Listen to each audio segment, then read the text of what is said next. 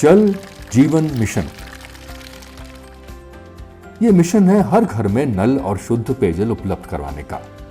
ये मिशन है समुदाय को पेयजल योजनाओं के संचालन में आत्मनिर्भर बनाने का, और साथ ही मिशन है बिजली की खपत को कम करके पेयजल योजनाओं को सौर ऊर्जा द्वारा चलाने का।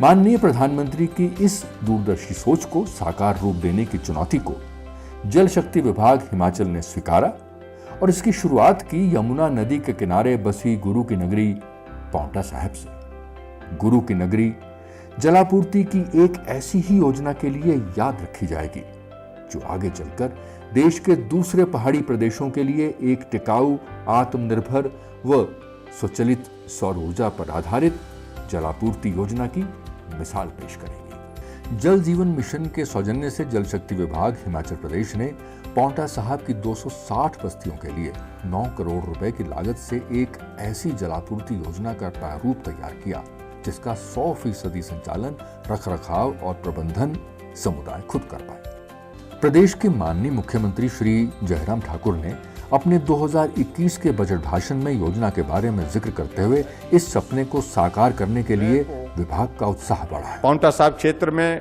प्रायोगिक आधार पर सौर ऊर्जा आधारित पेयजल योजना का निर्माण 2021-22 में किया जाएगा। योजना पर विद्युत की खपत ना हो और विद्युत विभाग पर निर्भरता ना रहे, इसके लिए सौर ऊर्जा से इसका संचालन सुनिश्चित करवाया गया है।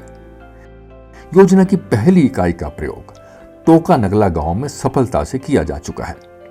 280 की आबादी वाले इस गांव में कुल 22 घर हैं। इस योजना के शुरू होने से पहले गांव के चुनिंदा घरों में ही नल की सुविधा उपलब्ध थी।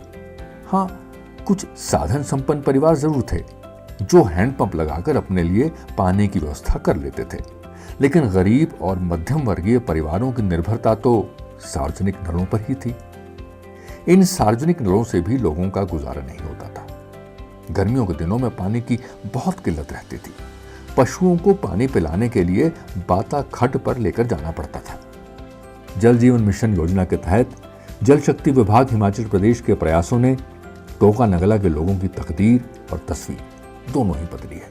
यहाँ पे जो हाल ही में सरकार ने जल मिशन योजना जो चलाई है, इससे जो है बहुत फायदा हुआ है। अब जो है ये योजना के तहत अभी हमारे यहाँ जो टंक बना है, इससे जो पाइपलाइन जो बिछी है, घर घर जो टूटियाँ जो लगी हैं, इससे बड़ा भारी फायदा हुआ है। अब ना तो हमें कहीं पशु पानी के लिए ले जाने पड़ते हैं और ना ही हमें पानी के लिए इधर उधर भटकना पड़ता है, और 24 घंटे हमें पानी उपलब्ध हो रहा है।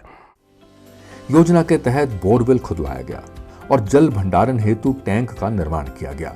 टैंक के ऊपर सौर ऊर्जा का पैनल स्थापित किया गया है ताकि पैनल को कोई नुकसान न पहुंचे।